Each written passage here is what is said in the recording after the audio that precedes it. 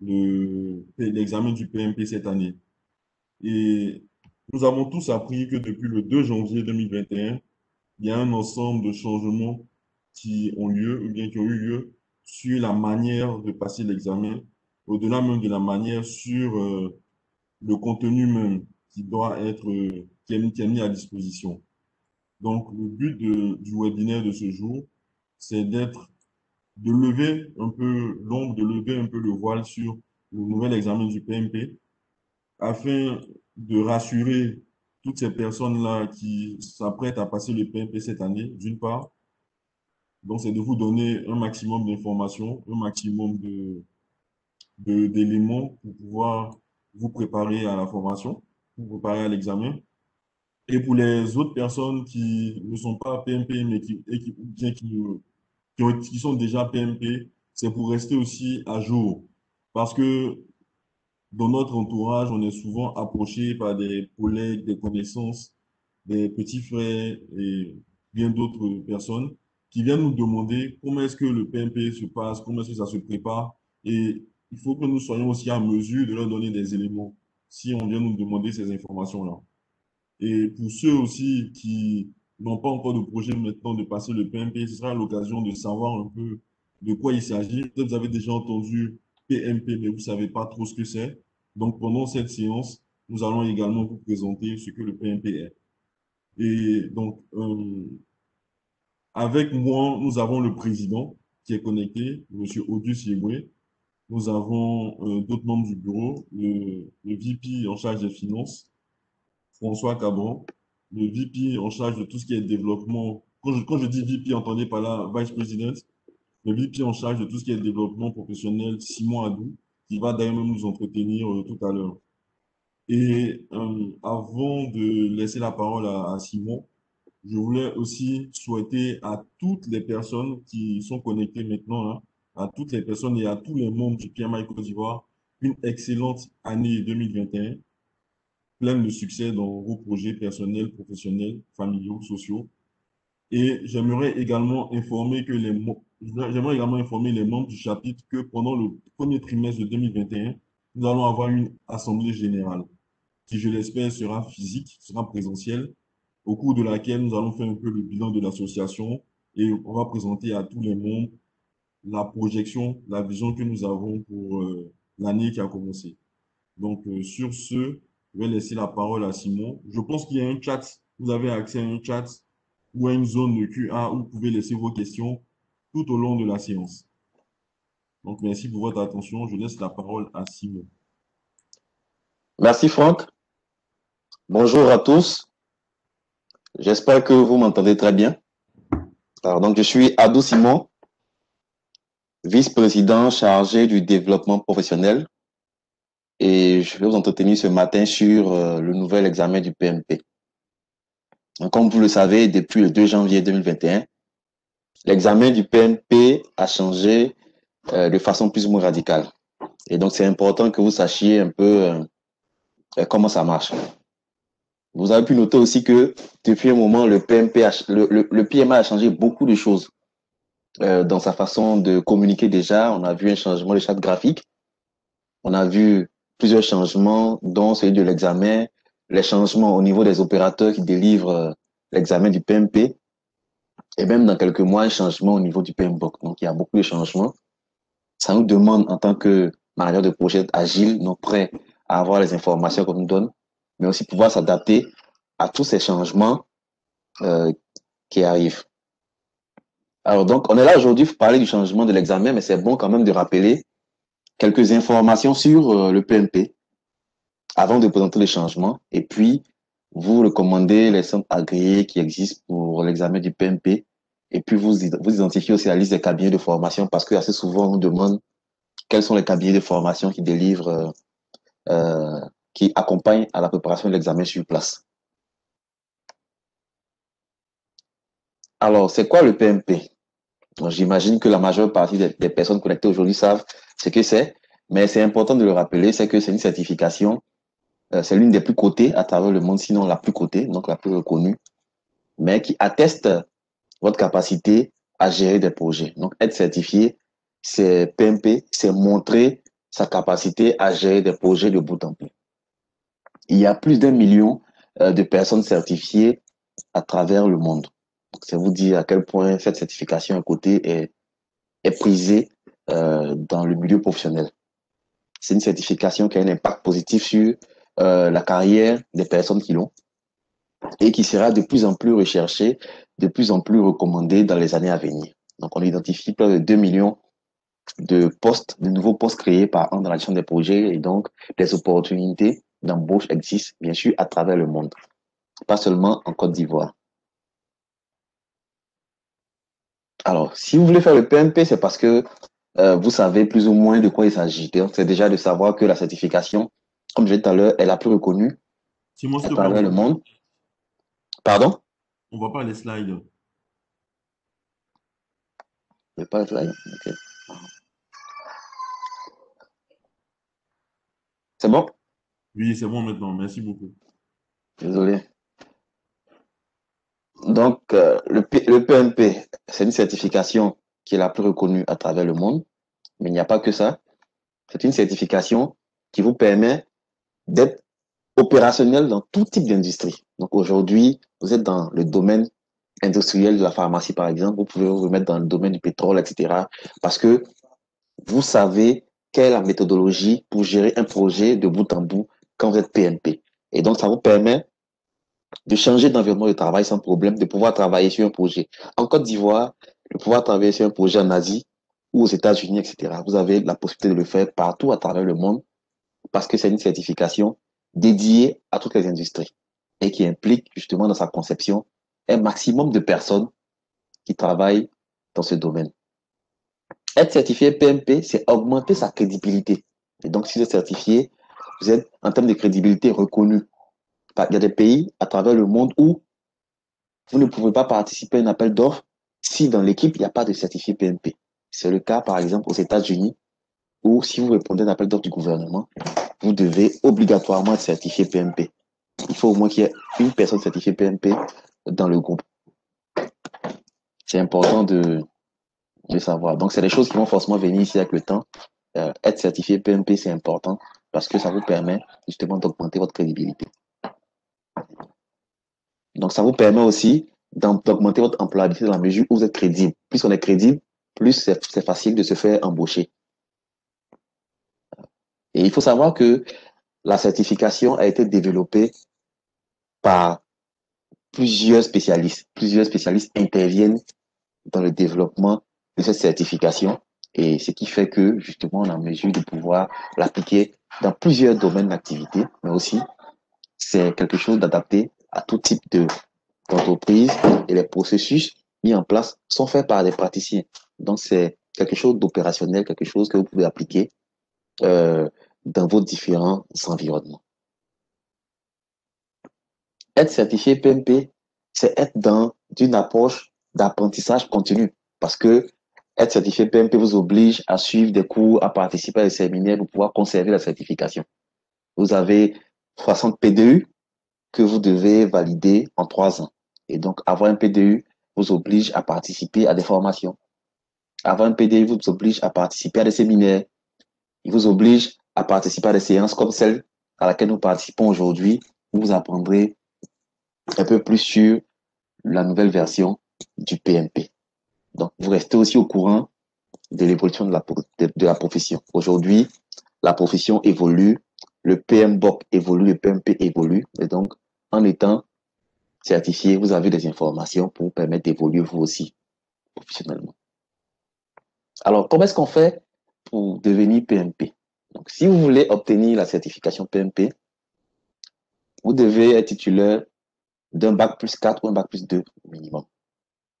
Et si vous avez un bac plus 4, on vous demande de justifier d'au moins 3 ans dans la gestion des projets, dans la mesure où être certifié PMP, c'est certifier vos compétences. Donc, on s'attend à ce que vous ayez déjà pratiqué la gestion des projets dans un environnement quelconque, que ce soit en entreprise ou dans d'autres domaines d'activité.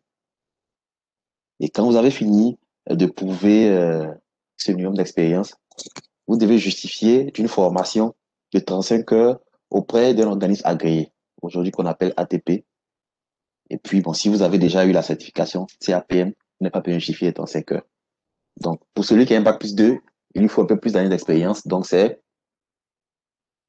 avoir un bac plus 2, un minimum de 5 ans d'expérience, et puis les 35 heures ou le CAPM pour justifier. Et donc, quand vous avez fini ce processus, vous allez maintenant postuler pour l'examen. Donc, c'est un dossier que vous allez devoir monter. Ce dossier est monté par vous-même. Vous pouvez vous faire accompagner par le cabinet de formation. Donc, vous montez le dossier que vous allez soumettre au PMI. Donc, il va l'analyser et en ce moment, vous autorisez à pouvoir passer l'examen si votre dossier est validé. Donc, vous voyez que c'est un processus qui est assez normé et qui demande beaucoup de rigueur. Et donc, quand vous avez fini de valider votre dossier, en ce moment, vous planifiez votre examen, vous passez l'examen, et puis bon, quand vous avez obtenu votre examen, votre PMP, vous entrez dans une nouvelle phase. C'est la phase de maintien de ces certifications, comme je disais tout à l'heure, donc la phase d'apprentissage continu.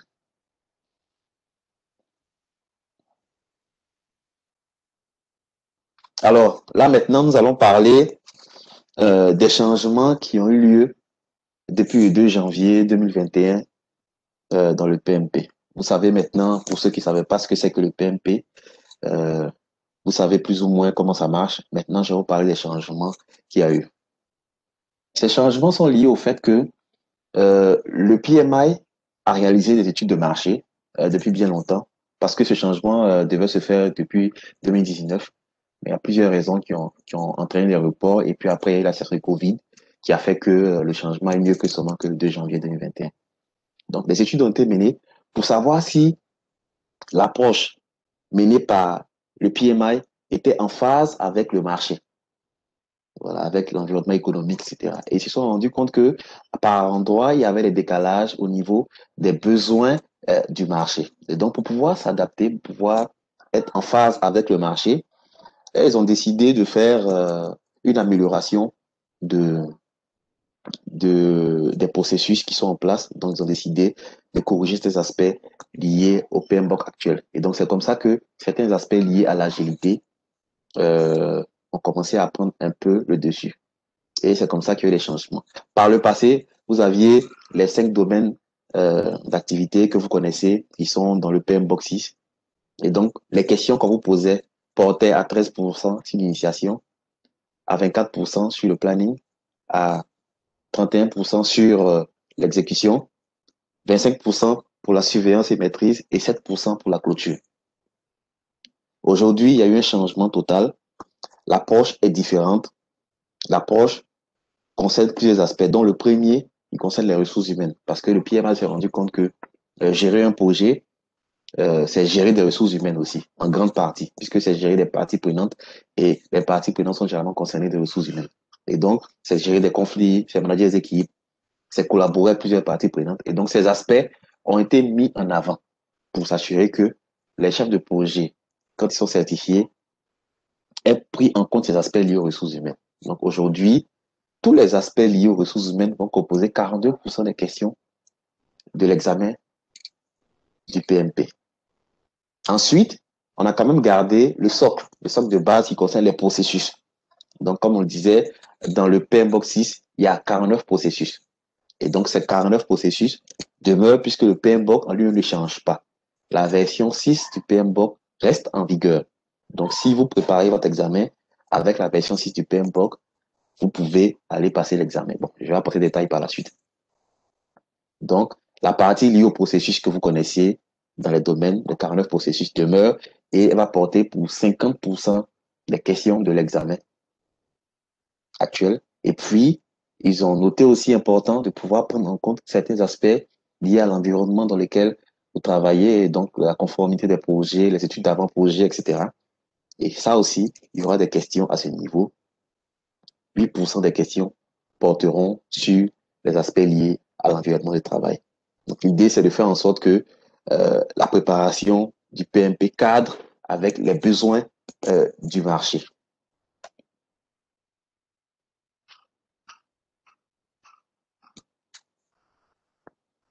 Alors, tout à l'heure, je parlais d'agilité. Pour ceux qui ont déjà reçu le PMBOK en version 6, ils ont pu constater qu'ils avaient le PMBOK, Et puis juste à côté, il y avait un petit bouquin qui concernait l'approche agile.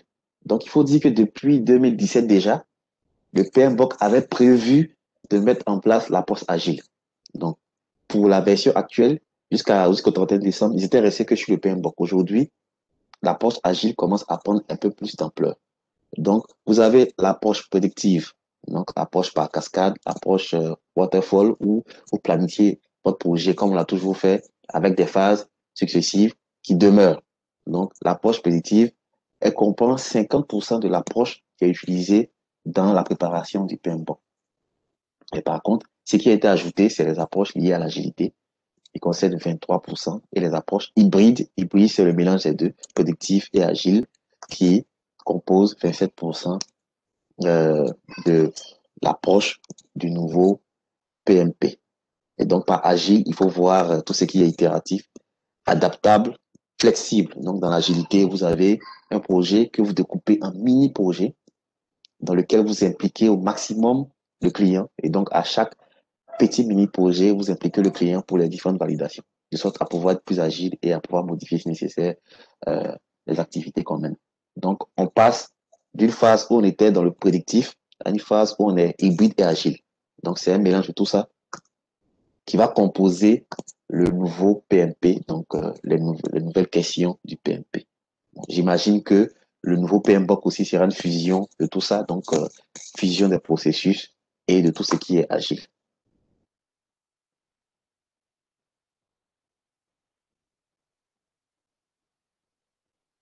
La composition du nouveau PMP, le nouvel examen. Par le passé, le PMP, c'était 200 questions à choix multiples. Donc, vous avez une question qui est posée. Ça peut être une question brève, ça peut être une question avec un sujet, etc. Et vous avez 4 réponses. Vous choisissez la meilleure réponse. Voilà. Aujourd'hui, vous aurez 180 questions. Donc, au lieu de 4 heures, parce que 4 heures, 240 minutes, vous avez 230 minutes. Ces 230 minutes ont été faites pour pouvoir accorder une pause supplémentaire, donc pour permettre à ceux qui vont devoir passer l'examen d'avoir droit à 2 pauses. Voilà. Par le passé, on avait droit qu'à une pause. Maintenant, vous aurez droit à 2 pauses. Et vous aurez plusieurs types de questions. Avant, comme je disais, vous aviez un seul type de question. La question est là. Vous avez 4 réponses. Vous choisissez celle qui vous convient. Aujourd'hui, vous aurez plusieurs types de réponses. Ça pourra être des questions à choix multiples. Ça peut être des questions à réponses multiples. Donc, on peut vous poser une question. Il peut y avoir 4 réponses. Et dans les 4 réponses, on vous demande de choisir 2 bonnes réponses. Donc, ça ne sera plus comme avant où il y avait seulement qu'une seule réponse qui était bonne. Ça pourrait être des vidéos que vous allez regarder, analyser et puis apporter des compléments, des réponses. Ça pourrait être des informations que vous allez draguer d'un endroit à un autre. Donc, le but, c'est faire en sorte que les questions soient de plus en plus ludiques. Pour ceux qui ont lu le PMBOK, mais qui ont vu les questions à l'époque, c'était pas vraiment très ludique. C'est carré, question, réponse. Voilà. Maintenant, ils vont faire en sorte d'avoir plus de couleurs. Vous avez vu, le PMBOK a changé. Le PMA a changé les couleurs et tout. Donc, il y a plus de couleurs. Il y a plus, voilà, d'intérêt à regarder, à voir. C'est plus attrayant. Et je pense qu'ils ont mis l'accent sur ces aspects pour que ce soit encore plus attrayant pour ceux qui vont passer, la certification. Alors, voilà quelques exemples de questions qui seront posées. Donc, vous voyez un peu, dans le cas d'espèces, vous avez des processus, vous avez des groupes de processus et on vous demande de glisser les informations qui sont adaptées aux endroits où il faut, donc dans les cases jaunes. Donc, ça sera ce genre de choses que vous allez faire. Ou bien des informations de ce type sur lesquelles vous allez devoir cliquer. Ça sera plus formant que des questions, mais il y aura des images que vous pourrez voir sur lesquelles vous allez, voilà, interagir si nécessaire avec les informations qui sont là, faire des calculs, pourquoi pas, mais venez cliquer. En tout cas, vous aurez beaucoup de types de questions qui vous seront posées pour vous permettre voilà, de réussir l'examen. Alors, j'aimerais insister sur quelque chose, c'est que c'est vrai que vous avez dû remarquer que il y a eu beaucoup de changements, les aspects liés à l'agilité ont pris le dessus aussi. On commence à prendre le dessus, mais il faut retenir que le PMBOK en version 6 demeure toujours en vigueur. parce que le PMBOK 7 n'est pas encore sorti. Il est prévu pour sortir autour de 2021. On n'a pas vraiment d'informations sur la date de sortie, mais il faut retenir que le PMBOK 6 demeure en vigueur. Mais ce serait bon pour vous qui préparez la certification avec le PMBOK 6 de pouvoir lire l'Agile Practice Guide. C'est un guide qui a été mis à disposition par le PMI depuis 2017, accompagnant le PMBOK 6. Et donc, c'est les deux documents que vous devrez lire pour pouvoir vous préparer pour la certification du PMP en version 2021. En plus de cela, le PMI accompagne les personnes qui veulent passer l'examen. Ils ont bien compris que c'est un grand changement qui est fait. Et donc, ils ont mis en place un outil qui est disponible en ligne qui s'appelle PMI Choice. Donc, c'est un outil que je vais vous présenter qui reprend le PMBOK tel qu'il est, mais qui cadre avec le nouveau type de questions qui sera posé. Donc, le PMI Choice comprend un bouquin, le près de 450 pages, voilà, que vous pourrez acheter soit auprès d'un ATP, donc un cabinet qui est autorisé à donner la formation, ou bien vous le faites vous-même en partant sur le site du PMI. La différence de prix est énorme. Si vous allez chez un ATP, vous payez 99 $ pour avoir votre interface avec le bouquin à l'intérieur que je vous présentais tout à l'heure. Si vous allez directement sur le site du PMI, il vous coûte à peu près 600 $. L'avantage avec le PMI Choice, c'est que il correspond à la nouvelle vision du PMI. Et donc, si vous lisez le PMI Choice, vous préparez plus facilement pour répondre aux questions de l'examen dans la version actuelle, parce qu'il est plus orienté domaine de compétences processus, mais il est beaucoup plus orienté dans les différents domaines que je vous ai présentés tout à l'heure, qui concernent les ressources humaines, qui concernent l'environnement et quelques processus. Et il fait référence aussi à des aspects liés au PMBOK 6 pour vous permettre de faire une lecture nécessaire du PMBOK 6.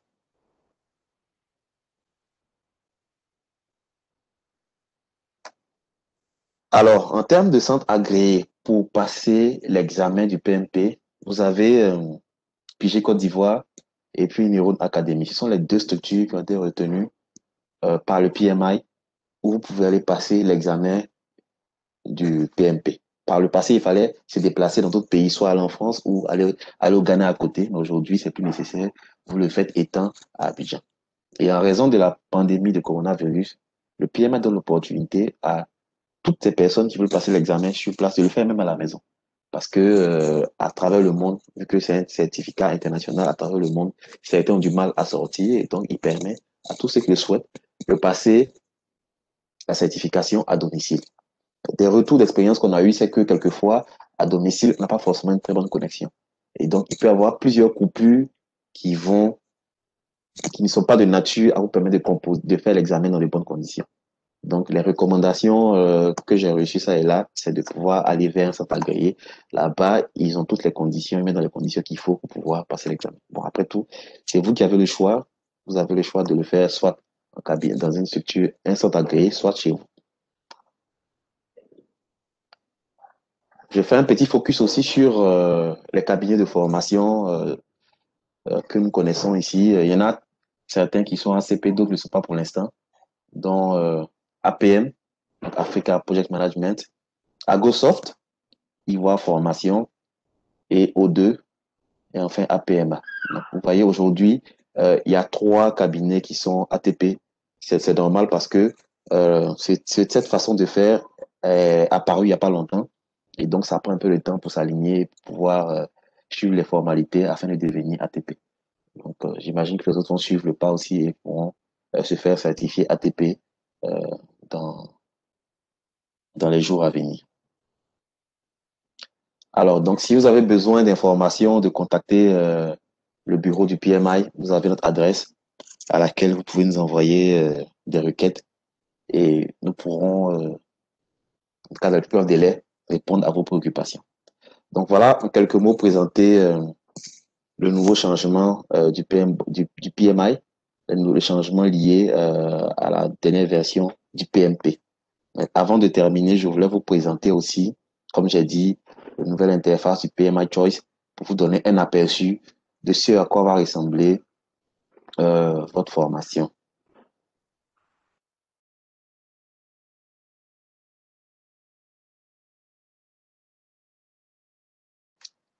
Alors, donc, sur mon écran, vous voyez mon écran, il présente la nouvelle interface du PMI Choice. Et donc, comme je l'ai dit, il est disponible en français et en anglais. C'est ça l'avantage. Cette fois-ci, vous l'avez dans les deux langues. Donc, vous pouvez l'obtenir, comme j'ai dit, moi, je vous recommande de le faire auprès d'un cabinet référencé, donc un cabinet ATP, qui vous donnera les accès pour pouvoir utiliser ce nouvel outil qui est utilisé pour la préparation de l'examen. Donc, il y a la présentation du PMI Choice, il y a une FAQ pour les questions, il y a les événements du PMI et tout ce que vous voyez là. Le plus important pour nous ici aujourd'hui, c'est le manuel de l'étudiant. Donc, c'est de ce manuel que je parlais, c'est ce manuel qui va vous permettre de pouvoir passer la certification parce qu'il est aligné à la nouvelle vision du PMI par rapport à l'examen du PMP. J'imagine que ce manuel est beaucoup inspiré de la future version du PMBOK. Même si on ne l'a pas encore, on ne sait pas trop à quoi il va ressembler. Donc, moi-même aussi, je suis étudiant, je me mets à jour. Donc, j'ai l'autorisation de pouvoir présenter la nouvelle version de ce manuel. Donc, vous voyez, c'est le document dont je vous parle, préparation à l'examen PMP agréé par le PMI. Donc, vous voyez, quand vous allez dans l'instance agréé, il vous donne ce document. C'est un document, vous voyez, de 430 pages qui comprend des informations sur le cours, donc que vous allez voir, mais aussi des questions-réponses. Donc, vous avez des questions avec des corrigés. Donc, ça vous permet aussi de vous préparer. Et vous voyez un peu comment est présentée cette nouvelle façon de voir du PMP, donc l'examen, avec des leçons. Vous avez plusieurs leçons que vous allez regarder. Comme je vous ai dit, vous vous souvenez de ma présentation, j'ai insisté sur le fait que les aspects liés aux ressources humaines vont prendre de l'ampleur. Donc, la première leçon, c'est créer une équipe hautement performante. Ensuite, démarrer le projet. Et vous avez plusieurs aspects. Faire le travail, donc il nous rappelle l'exécution. Maintenir l'équipe sur la bonne voie, garder les opérations à l'esprit, etc. Vous voyez un peu? Donc, c'est les 5 gros domaines sur lesquels vous allez travailler. Et puis après, il y a tout un bouquin que vous allez lire qui fait des références au PMI. Donc, au PMBOK, pardon. Vous allez voir que dans le document, par moment, vous serez amené à vous retrouver à lire le PMBOK de sa version actuelle pour pouvoir vous préparer. Et vous faites même la durée de la leçon, 8 heures. Et donc, c'est des choses que vous allez faire normalement en lien avec l'ATP. Donc, moi, je vous suggère en tout cas de vous rendre près d'un cabinet de formation agréé.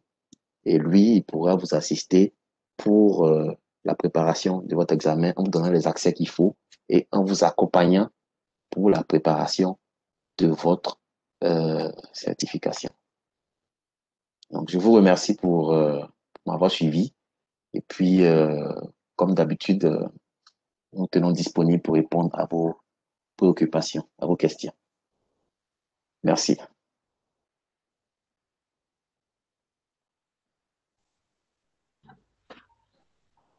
Merci Simon pour la présentation. Je me présente à vous, François Cabran, vice-président finance, tel qu'introduit par Franck Fadé. Donc, nous allons passer à la phase des questions. Le constat est que la majorité des participants n'a pas déposé les questions dans le chat comme on l'avait suggéré. En fait, le but, c'est qu'au travers de cela, ça nous permet d'être plus efficients et de répondre à un maximum de questions. Mais ceci étant, nous allons être agile, comme nous le recommande le PMI, en vue potentiellement d'ouvrir des micros aux personnes qui demanderont la main à un certain moment et pour pouvoir poser les questions. Mais nous allons déjà commencer à répondre aux questions qui nous ont été transmises et après nous allons ouvrir les micros potentiellement pour d'autres questions. Donc, Simon, la première question, Oui. formulée par Monsieur Christian Kwasi, y a-t-il une date indiquée pour l'examen au cours de l'année? Alors, merci. Il n'y a pas de date indiquée. Le PMI est très flexible. c'est vous qui décidez de la date à laquelle vous voulez passer l'examen.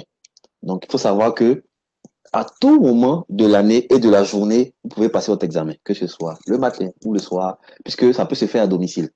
Voilà, donc à tout moment de la journée, vous passez l'examen et à tout moment de l'année. Quand vous vous sentez prêt, vous planifiez votre date d'examen en lien avec idéalement votre cabinet formateur et le centre d'examen. Et puis vous passez l'examen. Donc il n'y a pas de date. Il n'y a pas de délai pour passer l'examen, c'est vous qui choisissez.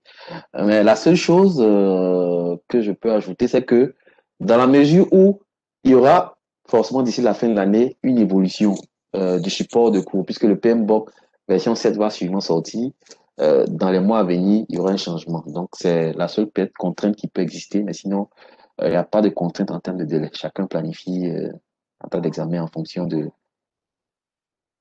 voilà, de son évolution dans la préparation. Merci. Ok, merci Simon. Euh, Déjà, pour rappel, le webinaire est enregistré et les documents vous seront transmis enfin après la session. Merci. Donc, la question suivante est de Monsieur Armel Yao. Est-ce qu'il est obligatoire pour un étudiant de s'inscrire uniquement dans un ATP de Côte d'Ivoire? OK. En termes d'inscription, le PMI ne fait pas la différence. C'est une institution internationale, le certificat international. Donc, un Ivoirien peut se trouver dans notre pays et passer l'examen. Donc, vous pouvez être en Côte d'Ivoire, vous inscrire pour passer l'examen au Sénégal ou ailleurs. Vous pouvez être dans notre pays et le faire. Ça ne dérange pas du tout puisque tout se fait en ligne. Donc, vous pouvez vous inscrire avec un ATP qui est basé dans notre pays, vous préparez avec lui et puis passer l'examen. Ça peut se faire. Il y a des pays, par exemple, où il n'y a pas de chapitre. Par exemple, au Burkina Faso, il n'y a pas de chapitre du PMI, il n'y a même pas de centre agréé. Donc, eux, soit ils se déplacent pour venir en Côte d'Ivoire, soit ils le font en ligne. Donc, on est vraiment flexible sur ce coup. Vous pouvez, en fonction de vos besoins, de vos disponibilités, planifier l'examen où vous le souhaitez, vous préparer selon votre approche, parce que l'examen peut se préparer seul aussi. Vous pouvez préparer l'examen seul et puis le passer. Mais bon, nous, on vous recommande toujours de vous rapprocher d'un cabinet de formation pour vous assister là-dessus. C'est valable aussi pour les cours de formation, vu qu'aujourd'hui, il y a eu un changement au niveau du contenu et donc de la façon de faire l'examen. Il est difficile de pouvoir vous indiquer un prix par rapport à cet examen. Donc, c'est la même chose. Je vous suggère de vous rapprocher des cabinets de formation que nous avons présentés et puis leur poser la question. Ils vous diront comment ça marche parce que chaque cabinet a son approche. Il y a des cabinets qui forment sur 5 jours, donc qui ont le coût. Il y en a d'autres qui accompagnent sur plusieurs mois. Il y en a d'autres aussi qui font du coaching à distance. Et donc, il faut pouvoir choisir l'option qui vous convient le mieux. Et en fonction de l'option choisie, vous aurez le coût. De tête comme ça, je me dis, il faut prévoir un budget entre 1 million et 1,5 million entre les frais d'examen et le coût de la formation. Je sais pas, ça peut être en dessous, ça peut être, je pense pas que ce soit dessus, mais ça peut être en dessous ou bien à peu près à ce niveau.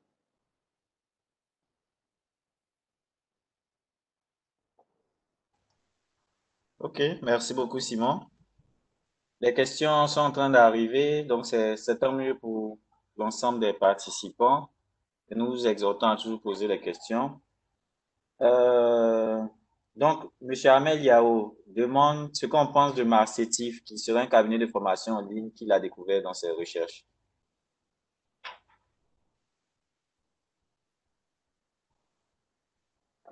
Marcetif, je ne sais pas si vous connaissez Marcetif, mais moi je ne connais pas. Euh, je sais pas, je connais pas le cabinet de formation qui s'appelle Marcetif. Mais bon, renseignez-vous, vérifiez sur le site internet de Marcetif qu'il est déjà ATP. Pour moi, c'est ce qu'il faut faire comme contrôle. Assurez-vous que il est autorisé à délivrer des formations par le PMI. Si c'est le cas, il aura forcément les standards nécessaires pour préparer la certification et pour vous accompagner convenablement. Donc, c'est la solution que pour vous faire. Il y en a beaucoup, il y a beaucoup de cabinets qui le font en ligne. Aujourd'hui, il y a par exemple des cabinets qui sont basés, même pas en Côte d'Ivoire, en Inde, qui propose des formations à des Ivoiriens. Donc, pour moi, l'approche, c'est de vérifier chaque fois que ce cabinet est agréé ATP. Là, vous êtes sûr que les outils qui sont mis à votre disposition sont alignés au nouveau PMP. Ok, merci Simon. De Monsieur Kachisoro, peut-on se passer du PMBOK et du PMI Choice pour se préparer à l'examen? Alors, je dirais non. Parce que ce qu'il faut savoir, c'est que le PMI et le PMBOK, c'est un état d'esprit. État d'esprit, on va dire international, américain. C'est une façon de voir qui est différente de la nôtre. Même si c'est vrai que plusieurs personnes participent à l'élaboration du PMBOK, il faut dire que l'esprit délivré par le PMBOK n'est pas celui qu'on applique ici forcément, parce que les environnements sont différents. Et donc, c'est important de lire le PMBOK pour pouvoir comprendre l'esprit du PMI. Parce que si vous n'avez pas compris l'esprit du PMI, vous aurez du mal à pouvoir répondre aux questions. Donc, c'est vrai que vous devez lire le PMBOK, mais c'est pas tout. Aujourd'hui, en petit PMBOK, idéalement, il faut lire le bouquin disponible dans le PMI Choice, idéalement, ou bien lire le PMBOK et le guide agile qui vient avec. Mais aussi, vous devez pratiquer parce qu'il y a des outils qui seront mis à disposition par le PMI pour accompagner ce changement. Donc, il y a un outil qui est prévu pour vous permettre, pour ceux qui ont déjà commencé à préparer l'examen dans l'ancienne version, de leur permettre de mieux voir comment sont présentées les questions et puis dans quel sens on se lance quand on prépare ces certifications. Donc, ils n'ont pas encore donné les dates par rapport à la sortie de cet outil, mais c'est les choses qui sont en cours de test auprès du PMI. Donc, je vous recommande vivement de ne pas vous passer du PMBOK ou du PMI Just pour passer l'examen. Sinon, le risque d'échec est très, très, très élevé.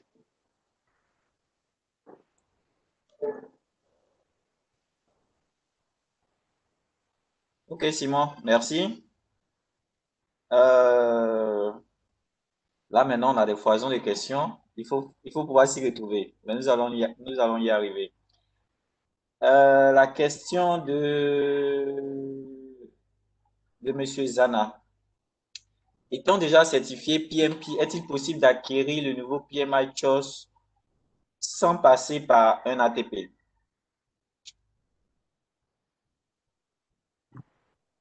OK, oui, tout à l'heure, comme je le disais, c'est possible d'acquérir le PMI Choice sans passer par un ATP parce qu'il est disponible aujourd'hui sur le site du PMI. Si vous allez sur le site du PMI, vous avez la possibilité d'acquérir le PMI Choice, mais il va vous coûter beaucoup plus cher. Il coûte, je crois, plus de $600, $699, je crois, pour le PMI Choice. Donc, c'est possible de l'avoir. Et comme je le disais, le PMI prévoit justement favoriser cette migration-là. Donc, je pense que ça entre dans la conduite du changement. Ils vont faire en sorte de vous faciliter l'accès à ces bouquins. Donc, pour ceux qui sont PMP et qui sont membres du PMI, ils auront sûrement plus de facilité à obtenir ces nouveaux bouquins pour se mettre à jour. Donc, c'est l'occasion pour moi, je profite en même temps pour vous demander, pour ceux qui ne sont pas encore membres du PMI, de le faire, mais aussi pour ceux qui ne sont pas membres du chapitre de Côte d'Ivoire, d'en faire de même. Merci Simon. Euh, Dans la continuité de cette question, donc le PMI Côte d'Ivoire, pas d'initiative PMP, permettait d'avoir des réductions par le biais d'un code. Ces réductions sont-elles toujours valides? Question de Monsieur Destin. Alors, le code dont comme est à disposition, c'est un code qui concernait une initiative qui a duré sur toute l'année 2020. Donc, c'était le PMI Initiative. Donc, pour tous ceux qui voulaient passer l'examen en 2020, ils avaient l'opportunité d'utiliser ce code pour réduire les frais d'examen. Et aujourd'hui, vu que nous sommes passés en 2021 et que nous sommes dans une nouvelle étape, une nouvelle ère, il n'y a plus de code disponible. Donc aujourd'hui, si vous devez passer l'examen, vous payez les frais qui sont prévus pour pouvoir passer cet examen. Le code n'est plus valable, n'est plus en vigueur. Ok, merci beaucoup. Euh, tu as déjà répondu à la question de savoir ce qu'il fallait mobiliser comme fonds pour présenter l'examen, à peu près 1 million, 1,5 million. Oui. Donc, ça me permet de rebondir sur une autre question de Monsieur Yabo Gislain. Est-ce qu'on peut faire un résumé des changements? J'ai eu des problèmes de connexion au début de session. Donc, je pense que c'est présenter rapidement, si tu as encore la main pour la présentation, les différents changements au niveau de l'examen pour le nouveau format.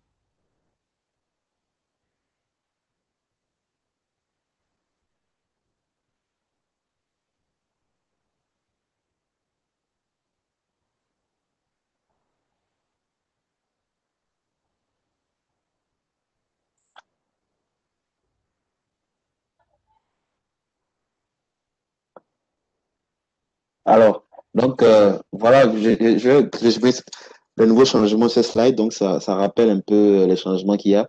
Comme j'ai dit, on part d'une approche où on était dans l'approche processus à une approche où on fait ressortir les aspects qu'on a jugés importants. Voilà, qu'on a jugés importants, tels que les aspects liés aux ressources humaines, donc la gestion des ressources humaines qui prend de l'ampleur, les aspects liés au processus demeurent et les aspects liés aux environnements du travail commencent aussi à prendre de l'ampleur. Donc voilà un peu les changements qui sont apportés pour répondre aux besoins du marché, parce que ces changements ont été faits dans le cadre d'une étude qui a été menée par le PMI à travers le monde pour comprendre les besoins des entreprises en termes de gestion des projets. Voilà. Donc je disais qu'il y aura une approche prédictive qui va demeurer, mais les approches agiles et hybrides vont prendre de l'ampleur. Et enfin, on va passer de 200 questions à 180 questions. Donc, on est passé, puisque c'est déjà en vigueur, de 200 questions à 180 questions, avec une pause supplémentaire. Donc, on a droit à 2 pauses, avec des questions plus ludiques et plusieurs types de questions qu'on pourra vous poser. Par le passé, il y avait un seul type. Question, 4 réponses, vous choisissez. Aujourd'hui, c'est questions avec des réponses à plusieurs choix, ou bien plusieurs réponses sont bonnes, ou bien des informations à draguer en fonction de la compréhension des questions qui sont posées. Donc voilà comment je peux résumer les changements. Mais comme on l'a dit, le lien de cette présentation sera disponible sur nos sites. Et je pense qu'il vous sera envoyé aussi par mail, donc vous pourrez le revoir tranquillement et avoir toutes les informations présentées. Ok. Donc, je rebondis rapidement sur la question de Monsieur Nikes Kwame. Le PMI a mis à disposition une plateforme pour ceux qui ont échoué et dont l'éligibilité a été prorogée à avril, je suppose avril 2021, pour la préparation de l'examen. Quelle est la différence entre cette plateforme et le PMI Choice?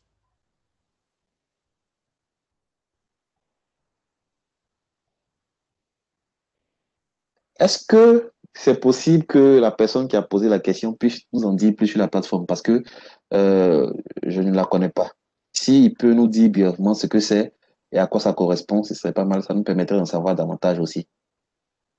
Ok, Monsieur Voilà. Nikes Kwame, je vais ouvrir votre micro pour vous permettre de donner plus de détails sur votre préoccupation. Merci. Bonjour à tous. Allô? Bonjour à tous, vous m'entendez? Très faiblement. Très faible. Vous m'entendez? On vous entend très très faiblement.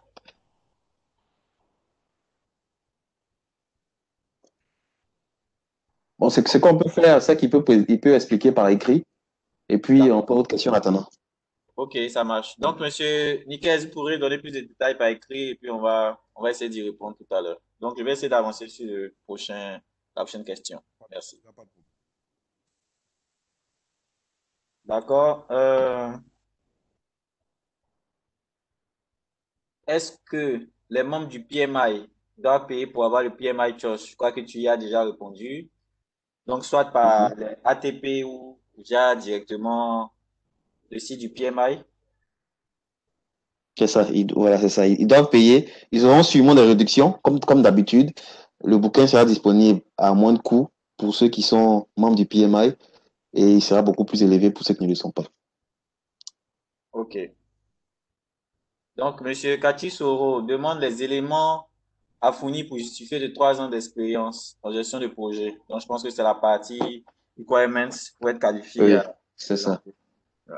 Ok, c'est parfait.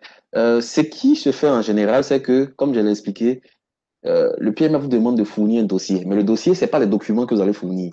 Il y a des infos, ils ont une plateforme dans laquelle vous allez renseigner toutes les informations qu'ils vous demandent. Donc, par exemple, on veut savoir si vous avez géré des projets pendant 3 ans. Donc, vous allez présenter le projet et puis expliquer ce que vous avez fait. L'idée, c'est que le PMA veut s'assurer que la personne qui va passer l'examen a bien pratiqué la gestion des projets pendant au moins 3 ans. Comme je vous ai dit, c'est un certificat. Donc, ce document, ce parchemin vient certifier que vous êtes manager de projet. C'est pas en venant faire l'examen que vous devenez manager de projet. Et donc, ils vont vous demander de justifier. Donc, par exemple, si vous avez construit votre propre maison, c'est un projet que vous avez réalisé. Vous allez expliquer les étapes que vous avez suivies, comment vous avez planifié, comment est-ce que vous avez échangé avec les parties prenantes, ainsi de suite. Si vous en avez fait plusieurs pendant les 3 dernières années, vous allez les indiquer dans la plateforme. Et puis, c'est cette plateforme-là qui va envoyer les informations au PMI. C'est une plateforme du PMI d'ailleurs. Et ils vont analyser pour voir si les informations que vous avez mises dedans correspondent à ce qu'ils attendent. Comme je le disais, vous pouvez le faire vous-même, mais idéalement, faites-vous accompagner par le cabinet de formation. Ils en ont l'habitude, ils ont l'habitude de faire ça. Donc, ils pourront, en vous écoutant, déceler les projets qui méritent d'être intégrés dans la plateforme. Rassurez-vous, on ne vous demande pas d'avoir été dans un cabinet ou bien dans une entreprise qui gère des projets, parce qu'en réalité, tout le monde gère des projets. Donc, c'est comment est-ce que vous allez présenter la chose que les cabinets vont vous aider à faire. Mais il y a toujours des projets que vous avez faits. Même si vous faites un travail opérationnel quelquefois, dedans, il peut y avoir un aspect lié au projet.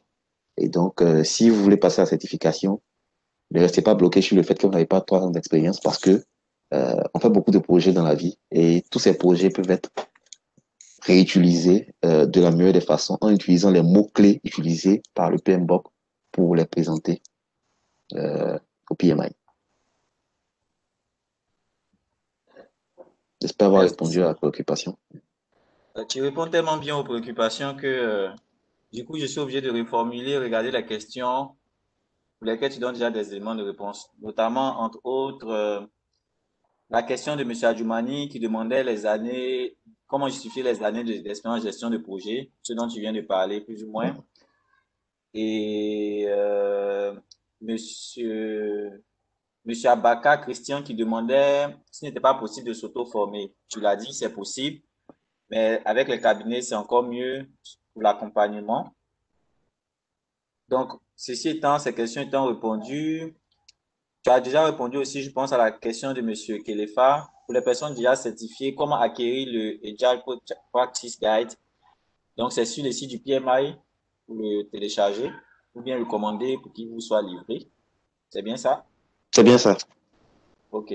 Donc, là, on est bon. Euh, donc, comment faire pour être membre du PMI Côte d'Ivoire? On va répondre à ça en fin de webinaire. Donc, il y a monsieur Soro Kachi aussi qui, qui dit avoir appris qu'il faille renouveler sa certification après un temps. Donc, connaître le nombre de temps et que faire pour le renouveler, tu en as parlé. Donc, la certification est valable 3 ans. Et donc, il faut collecter des PDU, 60 PDU sur l'intervalle de 3 ans par en participant à des webinaires, des activités, donner des cours qu'il faille enregistrer sur votre plateforme, sur votre compte au niveau du PMI afin de chaque fois vous bonifier des PDU auxquels vous avez droit.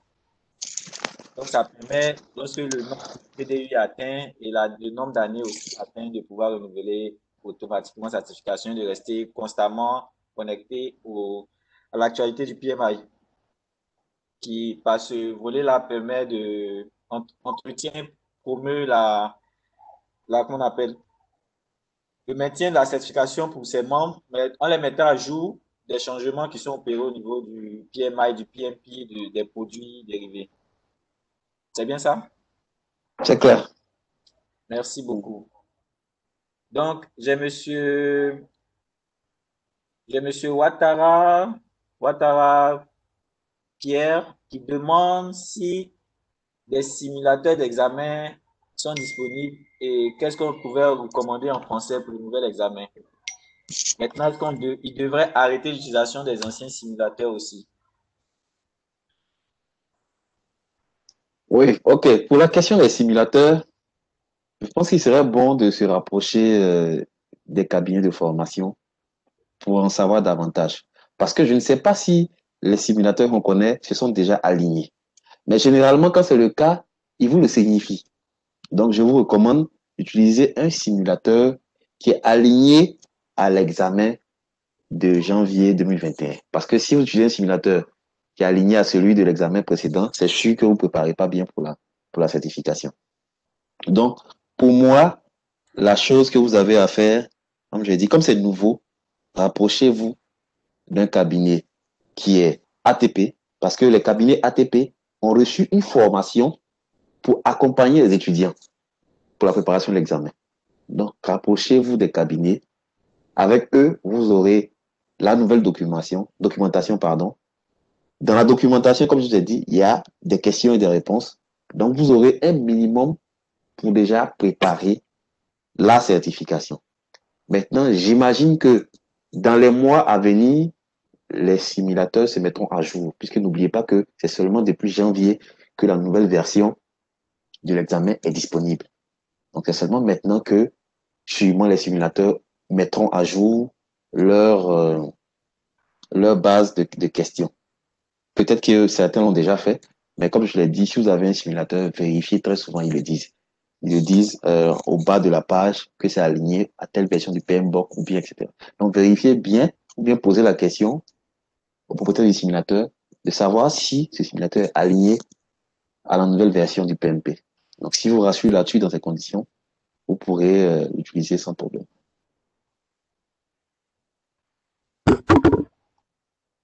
Ok, merci de ton retour. Donc, Marie-Madeleine demande des conseils et recommandations pour se préparer efficacement à l'examen du PMP et la technique la meilleure pour pouvoir l'aborder avec beaucoup plus de chances de succès. La technique la meilleure, bon, il y en a plusieurs. Il y a plusieurs techniques. Mais pour moi, le plus important, c'est déjà, dans un premier temps, euh, d'être motivé. Donc, c'est de savoir déjà si on est motivé. Pourquoi est-ce qu'on veut faire la certification? Est-ce que ça s'intéresse vraiment? Parce que c'est un parcours du combattant. Ça vous demande de pouvoir dégager beaucoup de temps pour la lecture des bouquins. Donc, aujourd'hui, vous voyez, vous aurez euh, le document du PMI Trust à lire, sûrement le PMBOK, d'autres documents que vous allez lire. Ça vous demande beaucoup de lecture, beaucoup de pratique aussi. Et donc, ça vous demande beaucoup de temps et de détermination pour préparer l'examen. Après, en fonction de votre expérience dans le domaine, vous aurez plus ou moins de mal à vous préparer. Pour celui qui n'a pas eu l'habitude de pratiquer la gestion des projets, ça peut être un peu plus difficile parce qu'il va devoir tout apprendre. Donc, ça peut prendre un peu plus de temps. Voilà. J'estime à peu près entre 4 et 6 mois la durée de préparation de l'examen. Après, comme je l'ai toujours dit, j'insiste, je vous recommande de ne pas rester chez vous et préparer la certification seul. Rapprochez-vous d'un cabinet et chaque cabinet a son approche. Chaque cabinet pourra vous assister et vous donner l'approche qui correspond à votre niveau de compréhension de la gestion des projets. Pour ma part, ce que j'ai fait, c'est que je me suis rapproché d'un cabinet qui m'a formé et je me suis préparé à la maison en lisant des bouquins. J'ai lu plusieurs bouquins, en plus du PMBOK, dont j'ai lu le PMBOK, et d'autres bouquins qui m'ont permis d'enrichir ma compréhension de l'esprit du PMI. J'ai lu près de 3 bouquins et j'ai fait beaucoup de pratiques d'examen, comme la majeure partie des certifiés PMP l'ont fait. Voilà. Et après, pour le reste, c'est vraiment la détermination, l'abnégation, la motivation surtout, être motivé, être disponible pour suivre d'abord les cours, mais aussi lire et faire beaucoup de pratiques. Ça vous augmente vos chances d'être certifié. Ah, merci beaucoup. On a eu une contribution de Monsieur Ouattara Arthur qui a qui dit connaître Macertif, qui l'a accompagné dans toutes les procédures pour lui-même être certifié. C'est un nouveau certifié PMP. Donc, Macertif est connu. Donc, je crois que c'était monsieur, je vois plus le nom, qui demandait. Donc, il peut se rapprocher de monsieur Ouattara pour avoir plus de détails. Euh, Autre question. Est-ce que, donc, il y a monsieur Nikes Kwame qui a pris le soin d'expliquer un peu plus la problématique. Donc, le PMI a transmis un lien dans la dernière semaine de décembre à tous ceux qui étaient éligibles ou avaient échoué à l'examen, tout en prorogeant leur éligibilité au 14 avril, leur éligibilité de 2020, invitant tout le monde à s'inscrire pour avoir accès à un simulateur basé sur le nouvel examen. Donc, il voudrait savoir la différence entre ce simulateur et puis le PMI Choice. Donc, voici un peu, je pense, le point que M. Nikes Kwame portait à notre attention, pour lequel on avait demandé un peu plus d'éclaircissement. Ok, je ne connais pas ce simulateur dont il parle, mais c'est sûr que si c'est le PMI qui lui a transmis, donc c'est forcément un simulateur qui est aligné à la nouvelle version du PMP. Donc pour moi, si le PMI vous l'a transmis, l'idéal c'est que vous puissiez l'utiliser dans la mesure où c'est fait pour vous permettre de mettre à jour vos connaissances pour passer l'examen. Mais n'essayez pas de trop de vous assurer que les informations qui sont dans le simulateur que vous avez sont plus ou moins les mêmes que celles qui sont disponibles dans le PMI Trust. Mais dans la mesure où c'est la même institution qui fait ces deux documents, c'est forcément le simulateur est forcément aligné au PMI Trust. Donc pour moi, vous pouvez continuer à vous préparer avec le simulateur qui a été mis à disposition par le PMI. OK, merci beaucoup. Euh, une autre question qui est revenue, est-ce que l'examen aujourd'hui est exclusivement en anglais ou bien il y a maintenant la partie en français? Ok, l'examen depuis la dernière version est disponible en français et en anglais.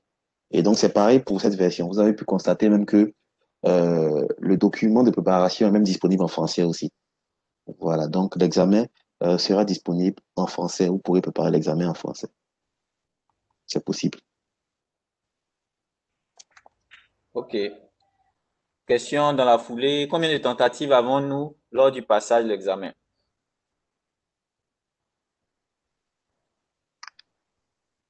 Alors, combien de tentatives, comment je dois comprendre ça? Combien de fois je peux passer l'examen?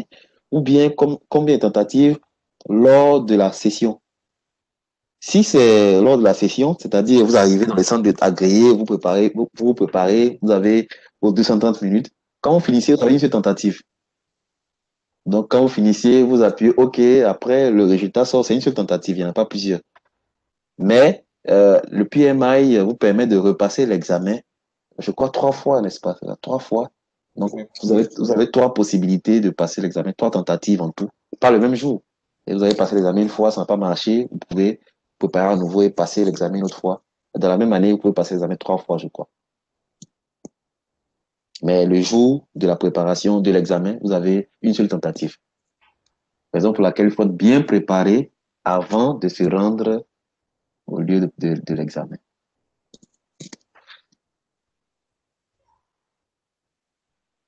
OK. Est-ce que ce webinaire donne droit à un PDU?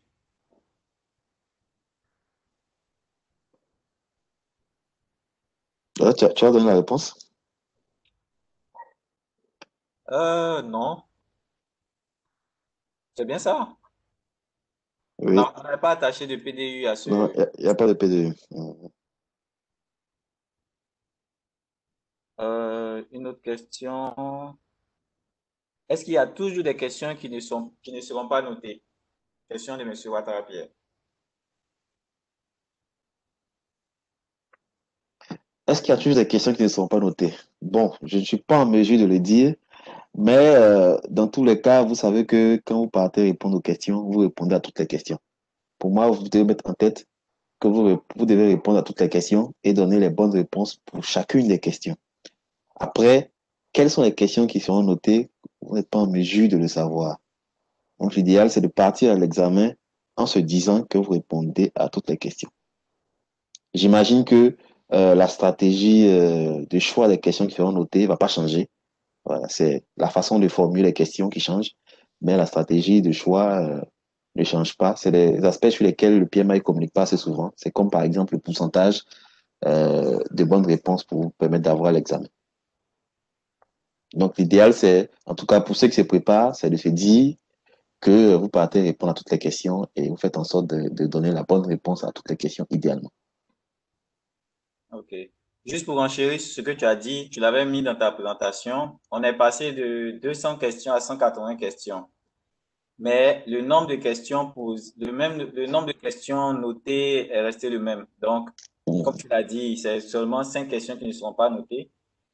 Donc, je pense que c'est beaucoup plus difficile parce qu'avant, on va dire, il y avait une vingtaine, mais là, il y a 5 questions, on ne sait pas lesquelles. Donc, je pense que ça laisse moins de marge de manœuvre. Et comme tu l'as dit, il vaudrait mieux ne pas y penser. Se dire que toutes les questions sont à répondre, de sorte à maximiser les chances de succès à l'examen.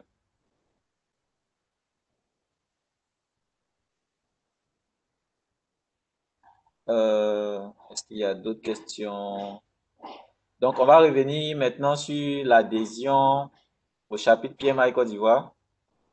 Donc, on a notamment Monsieur Oumarou du Burkina Faso qui demande comment adhérer au chapitre Côte d'Ivoire et ton Burkina Faso, les conditions. Je te laisse la main encore une fois, cher Simon. Merci. Il faut savoir que dans le chapitre actuel, vous avez plusieurs personnes qui sont du Burkina, qui sont membres du chapitre. Donc, c'est faisable. La procédure est simple. Tout se fait en ligne. De la même façon, vous allez sur le site du PMI et que vous avez un accès qui vous est dédié, vous avez dans votre dashboard la possibilité de choisir un chapitre de rattachement. Donc, quand vous allez sur le site du PMI, il vous donne la possibilité de choisir un chapitre de rattachement. Et donc, dans le choix du chapitre, qu'est-ce qu'ils font? Ils vous donnent de façon géolocalisée le chapitre le plus proche de vous. Et dans votre cas, ça sera la Côte d'Ivoire. Voilà. Et donc, vous choisissez la Côte d'Ivoire et puis vous allez payer des frais pour pouvoir, frais renouvelables annuels de 30 dollars que vous payez pour pouvoir intégrer le chapitre de Côte d'Ivoire. Donc, voilà la procédure. Nous sommes disponibles pour vous assister si vous avez besoin d'assistance pour le faire. Vous n'avez qu'à nous poser la question ou bien nous envoyer une information par mail. On vous assistera pour préparer, pour vous inscrire. Quelquefois aussi pour certains, on dispose de, voilà, de codes. Donc, pour d'autres personnes, pour certains qui le demandent, on peut vous donner des codes gratuits pour vous permettre d'adhérer au chapitre Côte d'Ivoire. Mais il faut savoir que pour être membre du chapitre Côte d'Ivoire, il faut être d'abord membre du PMI à l'international. Donc, la première chose, c'est être membre du PMI à l'international et ensuite pouvoir se rattacher à un chapitre. Vous pouvez vous rattacher à un ou plusieurs chapitres. Par exemple, dans mon cas, je suis rattaché au chapitre de Côte d'Ivoire, mais aussi rattaché au chapitre de France. Bon, cette année, j'ai pas renouvelé mon, mes frais pour le chapitre de France, donc je suis seulement rattaché au chapitre de Côte d'Ivoire. Mais vous pouvez vous rattacher à autant de chapitres que vous souhaitez. OK. En tout cas, nous serons heureux de vous accueillir dans la famille PMI Côte d'Ivoire. Et ça me permet de prendre un point, une question d'un des intervenants pour savoir s'il y a des groupes de travail pour la préparation des examens au niveau du PMI Côte d'Ivoire. Est-ce qu'on a une politique d'accompagnement qui existe au niveau du PMI Côte d'Ivoire? Oui, cette politique existe. L'an dernier, dans le cadre du PMP Initiative, nous avons créé une sorte de relation entre les certifiés PMP et les personnes qui préparaient la certification. Donc, ceux qui préparaient l'examen se sont vus attribuer des mentors pour leur permettre de se préparer convenablement. C'est des choses que nous faisons. Il n'y a pas vraiment de groupe en tant que tel, mais nous nous mettons en relation avec des personnes qui ont déjà passé la certification pour vous assister tout au long de ce voyage que vous faites pour la certification. Donc, au besoin, n'hésitez pas à nous contacter et nous pourrons vous mettre en relation avec une personne, donc un certifié PMP, qui pourra vous assister dans la préparation de votre certification.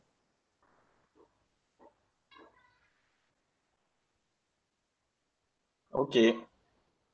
Monsieur Kwasi Yannick, suite à notre intervention, a demandé les 3 tentatives sur l'année sont-elles comprises dans les frais des ATP ou engendrent-elles des coûts?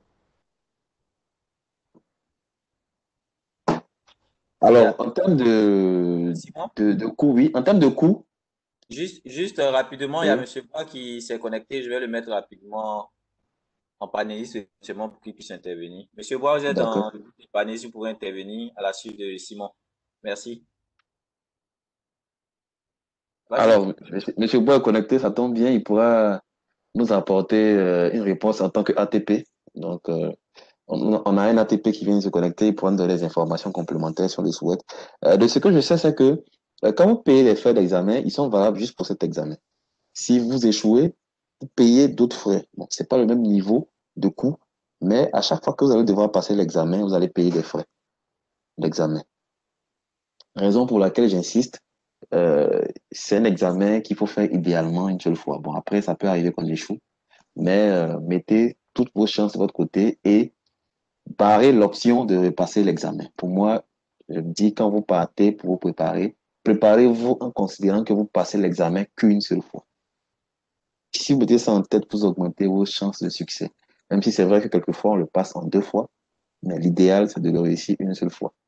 Et donc, mettez-vous à fond une seule fois, et puis bon, si ça marche, tant mieux. Sinon, vous reprenez une fois de plus. Mais les frais que vous allez payer ne sont rien comparé à l'effort que vous avez déjà fait et que vous aurez à faire pour pouvoir passer l'examen à nouveau. Merci. Merci, Simon. Monsieur Bois, vous pouvez parler?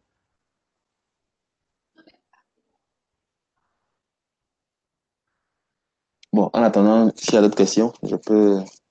Ok, d'accord. Allô? Ah oui. Ok, Monsieur Bois. Oui, bonjour à tous. Désolé, je suis dans un vol, je suis pour Dubaï et je suis content quand même de vous avoir. Je crois que pour ce que M. Adou a dit, c'est juste, hein. Vous payez à chaque fois que vous prenez l'examen, vous avez des frais à payer. Donc, c'est juste ce que M. Adou a dit. Voilà. Ok. Ben, comme vous êtes rapidement partant, si vous aviez une petite intervention, en tout cas, Simon il a fait une présentation globale de ce qu'est le nouvel examen PMP, mais C'est ça. rapidement, vous qui êtes au cœur du métier avec des personnes qui ont la volonté de devenir PMP, qu'est-ce que vous pouvez dire rapidement sur le nouvel examen? Je pense peut-être rassurer beaucoup plus les personnes sur le changement, parce que je pense que chacun de nous a peur du changement de façon globale, mais de Oui. votre point de vue, qu'est-ce que vous pourrez dire rapidement pour encourager les uns les autres à embrasser la carrière du PMP? Merci pour votre question. Ce que je voulais dire, c'est que pour moi, il n'y a pas de grand changement parce que là, M. Adou a dû vous parler de ça. Nous avons le support du formé et nous avons aussi le support du formateur. Donc, pas grand-chose, hein. C'est exactement la même chose parce que tout le document fait référence à la version 6 du PMBOK. Tout le document fait référence à ça. Simplement qu'il y a une nouvelle réorganisation et puis l'intégration des éléments liés au mode agile, comme tout le monde le sait. Donc, pour moi, il n'y a pas grand-chose qui a changé. C'est une certaine réorganisation. Voilà. Maintenant, ce que je voulais dire, c'est que, bon, peut-être que M. Adou l'a dit, je m'excuse, M. Adou, si vous l'avez déjà dit, hein, parce que, bon, comme je n'ai pas pu vous écouter, mais ce que je voulais redire, c'est que nous avons à disposition de tous ceux qui veulent passer l'examen le support du formé. Et M. Adou a dû dire, ça fait juste 99 euros. Donc, vous l'avez, vous commandez, en 6 heures de temps, vous avez votre support. Donc, c'est vrai que le PMI a mis à la disposition des éventuels candidats le complément de formation en plus, la version 6, mais ce document est un document complet, donc n'hésitez pas vraiment à l'acquérir. Voilà, c'est ce que je lui ai dit. Et puis, je voulais vraiment vous encourager. Vous voyez, je donne un petit exemple, hein. Moi, je vais aujourd'hui à Dubaï pour l'animation d'un séminaire organisé par un Français. Et comme la France n'est pas accessible, tous les séminaires sont rapatriés à Dubaï. Et moi, en tant que certifié PNP et aujourd'hui instructeur, je facture au moins 400 à 1000 euros par jour. 400 à 1000 euros par jour. Vous imaginez ce que ça coûte, non? Ça dit que si j'anime un séminaire où il y a au moins 15 personnes, je vais facturer 1000 euros par jour, ça fait 650 000 francs par jour. C'est pour dire simplement que l'investissement que vous faites au niveau du PNP, je veux dire, c'est inqualifiable. Voilà, face à ce que vous allez gagner après. Donc, je vous encourage vraiment. Hein, vous pouvez, j'ai l'habitude de dire constamment, hein, vous pouvez regarder un peu mon cursus. J'ai eu à faire beaucoup de formations. Mais s'il y a une formation qui a impacté ma vie directement, c'est la formation PNP, enfin la certification PNP. Donc, franchement, je vous encourage à consacrer du temps. Voilà. Donc voilà, moi quand j'accompagne des personnes à 1 mois ou 2 mois, et là nous préparons, et comme M. Adou l'a dit, si vous consacrez du temps à la préparation, vous allez avoir l'examen à votre première tentative. Voilà, j'espère que je n'ai pas été trop long. Voilà, sinon je suis là jusqu'à ce que l'avion décolle. Oui, moi, merci Paul. En tout cas, c'est clair, c'est précis. Merci beaucoup. J'avais une question. Pour moi qui suis certifié PMP, oui. Si je veux acquérir le PMI Choice et que je viens voir un cabinet référencé comme le tien, est-ce que je paye quelque chose en plus au-delà des $99? Non, vous êtes déjà certifié PNP, Oui. vous voulez juste le support. Oui. Non, vous ne payez rien du tout. Vous payez juste 99 euros, vous avez le support. D'accord. Et le formé, il paye combien? Parce qu'il y a une des questions qui demandait combien coûte la formation du PMP si je vais voir un ATP. Ah oui, ben là, la formation, ça dépend des ATP. Hein. Vous avez des formations qui font 2000 euros, certaines même jusqu'à 1 650 000. Et donc, ça dépend des ATP. Mais nous, ben, si je parle, je risque de faire la publicité. Hein. Mais sachez que... tu peux, c'est autorisé. Ah, c'est autorisé, d'accord. Ben, nous, la formation, on l'a fait à 850 000. Voilà, 850 000 francs. Ben voilà, vous avez, et avec l'avènement, avec le Covid, c'est sûr que dans les jours à venir, nous allons faire aussi des remises encore. Donc, au maximum 850 000, vous avez la formation pour la certification. Sans oublier que nous mettons à votre disposition une plateforme qui aura au moins 2000 questions pour la préparation. Et nous avons un coaching aussi. Chaque jour, nous avons un coaching au bureau de 2 heures. Voilà, en ligne comme en présentiel. Et c'est tout ça qui fait 850 000. Tu n'as pas indiqué le nom de ton cabinet, certains participants demandent. Ah, d'accord, c'est le cabinet Agosoft. Hein, Agosoft. Donc, nous sommes partenaires maintenant du chapitre. Donc, si vous allez sur le site du chapitre, je pense que vous allez voir nos références. Donc, c'est le cabinet Agosoft. Et nous ne sommes pas les seuls. Hein. Vous avez aussi d'autres ATP en Côte d'Ivoire. Oui, si, voilà. Je l'ai indiqué. Voilà. Peut-être qu'on sera plus moins cher. Merci Paul. Voilà, je suis encore là, donc n'hésitez pas, oui. Ok. Ok, merci beaucoup Paul. Vraiment, merci. Tu as parlé comme un PMP Agile. Ouais. Et, on va déjà venir vers toi pour avoir, pour une journée, notamment la journée d'aujourd'hui, les 400 euros que tu vas réserver au chapitre Côte d'Ivoire. D'accord. Il y a une question déjà que je vais te poser dans la foulée. Oui. Donc, Monsieur Boris Koulibaly, la nouvelle approche s'oriente principalement sur 3 axes: ressources humaines, processus, environnement et travail. Il aimerait un peu avoir l'avis sur le 3e point, qui est notamment l'environnement et travail dans la gestion de projet. Pourquoi déjà en tenir compte fortement selon le PMI et qu'est-ce qu'il faut mettre en place pour satisfaire ce axe selon votre expérience? C'est à moi la question? Oui, on va te la poser pour profiter un peu des quelques minutes que tu nous offres. Ah, d'accord. Mais l'environnement de travail, bon, ceux qui ont fait beaucoup de stratégies, vous voyez la méthode Pestel, hein, c'est-à-dire que l'environnement politique, économique, social, technologique, environnemental et légal. Donc, tous ces éléments qui sont fondamentaux au niveau de la stratégie, au niveau au niveau des forces qui naviguent autour du projet. Ce sont ces éléments-là qui sont condensés hein, dans ce 3e domaine, voilà, qui est l'environnement du projet. Vous voyez, ben, moi, j'adapte le PMI, la méthode du PMI au projet développement. Je donne un petit exemple. Vous pouvez conduire un grand projet de construction de barrage et le président peut vous dire, j'aimerais que ce projet finisse avant les élections. Vous voyez? Donc, vous avez l'influence extérieure, des acteurs extérieurs qui vont influencer le projet. Mais ça veut dire qu'il y a une influence sur le planning du projet et une influence aussi sur l'exécution accélérée du projet. Et vous conviendrez avec moi que un projet qui est exécuté de manière accélérée, l'impact, vous savez que c'est la baisse de qualité. Voyez, donc tous ces éléments-là qui gravitent autour vraiment du projet qui sont importants. Voilà, c'est ce que je voulais dire. Mais n'hésitez pas, comme je vous dis, hein, vous payez vos 99 euros. En moins de 6 heures, vous avez votre code et vous avez complètement l'accès à tout ce support-là. À tout ce support. Mais je vous dis que nous avons travaillé au bureau en cherchant à organiser les 10 domaines de connaissances dans les trois domaines que vous savez. Et c'est presque la même chose, hein. C'est une certaine organisation. Voilà, donc n'hésitez pas, si vous voulez avoir plus d'informations, n'hésitez pas à nous contacter et vous avez votre support et qui va détailler les trois domaines et les 5 leçons.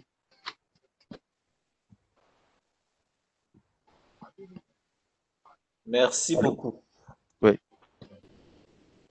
Simon? Oui, allô, je suis là.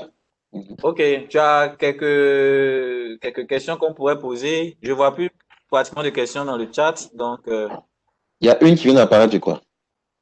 ok. Ok. Donc, le monsieur Jonathan Niazale souhaite savoir pour la langue s'il est conseillé de préparer le PMP7, donc j'imagine le nouveau format de l'examen en français, parce que ce qu'il a compris du du PMBOK 6, c'est qu'il y avait beaucoup d'adaptations dans la traduction. Donc, beaucoup demandaient de préparer en anglais. Donc, Ok, il demande si c'est pareil pour la nouvelle version.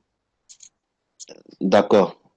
Moi, je vais te donner mon point de vue. C'est valable que pour moi, parce que certains ne sont pas d'accord avec mon point de vue, mais le mien, c'est que vous, en préparant la certification PMP, vous entrez dans un environnement mondial. Environnement mondial, ça veut dire, vous parlez la langue mondiale. La langue mondiale, c'est de l'anglais. Donc, j'ai utilisé l'opportunité de préparer le PMP pour améliorer ma connaissance de l'anglais, pour avoir la connaissance des termes en anglais. De sorte que si demain je me retrouve à Dubaï, comme le fait Paul à l'instant, il s'en va à Dubaï, il puisse échanger avec des gens aussi en anglais. Je ne suis pas parfaitement bilingue, mais ça m'a permis au moins d'avoir les skills, les informations en anglais. Donc, moi, je suggère de faire la préparation de l'examen en anglais, dans la mesure où c'est la langue de base de rédaction du PMBOK. Donc, on le rédige en anglais d'abord, et puis c'est après que les autres versions sortent.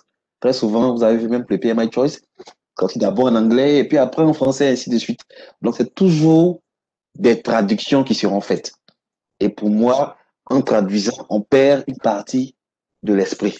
Voilà, ça, c'est mon point de vue. D'autres vous diront, pourquoi compliquer la chose, puisque déjà, préparer l'examen, c'est compliqué. Donc, pourquoi ajouter une autre barrière avec la langue? Voilà. Donc, pour moi, c'est vous qui décidez.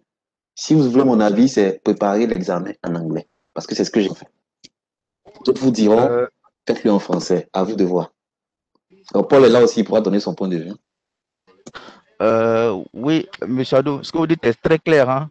Mais ce que je voulais ajouter, c'est que c'est la première fois que je vois un document aussi traduit correctement en français. Ça, je vous assure, hein, parce que une année, j'ai payé la version 6 du PMBOK en français. Et après, cette version a été retirée carrément d'Amazon parce que c'était mal traduit. Mais je vous assure que cette fois-ci, vraiment, c'était une belle traduction. C'est une belle traduction qui est fidèle vraiment à la langue anglaise.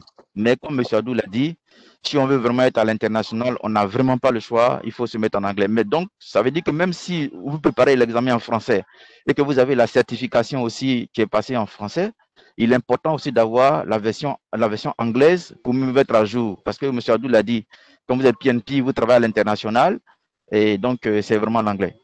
Mais cette fois-ci, elle est vraiment bien traduite, ça je vous assure.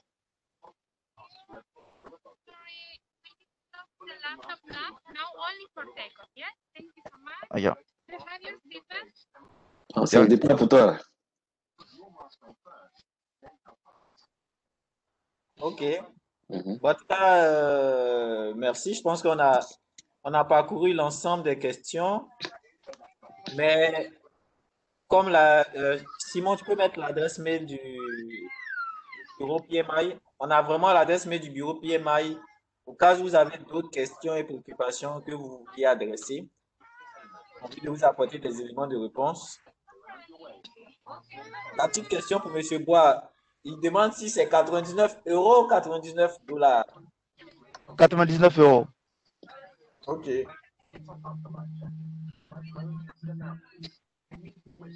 d'accord. Ceci étant, Simon, je pense qu'on a pratiquement tout parcouru avec M. Bois. En fait, en plus, on fait un exercice qui nous a permis d'éclaircir un peu plus les questions. Je ne vois plus d'autres questions rentrer dans le chat, mais dans tous les cas, nous restons disponibles au niveau du bureau pour répondre à toutes vos préoccupations et vous accompagner dans ce changement du PMI et rester en mode agile pour qu'on puisse vraiment s'adapter à ce que le monde aujourd'hui nous donne de devenir et de faire. Donc, ceci étant, je te donne la parole, Simon, pour le mot de fin. Et puis, je réponds encore l'information, c'est que le webinaire a été enregistré et puis les documents vous seront mis à disposition par la suite. Merci. Ok, merci à tous d'avoir été ici présents, de nous avoir écoutés. Et on espère avoir répondu à un maximum de vos questions. Comme nous l'avons dit, nous restons disponibles. Vous avez le site internet du PMI, vous avez nos pages Facebook, LinkedIn, Twitter, etc., sur lesquelles vous pouvez nous joindre, nous poser toutes vos questions. Pour ceux qui adhèrent au chapitre de Côte d'Ivoire, vous avez un groupe WhatsApp dans lequel vous pourrez échanger, interagir avec tous les membres du chapitre en Côte d'Ivoire. J'aimerais insister aussi sur le fait que vous n'avez pas besoin d'être certifié pour être membre du chapitre en Côte d'Ivoire. Le chapitre est ouvert à tout le monde, que vous soyez certifié ou non. L'avantage en étant dans le chapitre, c'est que vous côtoyez des certifiés et donc vous vous rapprochez plus vite de la certification. Donc pour ceux qui n'ont pas encore fait, c'est le moment. Vous pouvez adhérer. N'hésitez pas à nous poser toutes vos questions par écrit ou bien sur nos pages. Et puis nous restons toujours en contact. Et on se dit à très bientôt. Merci beaucoup et bon week-end à tous.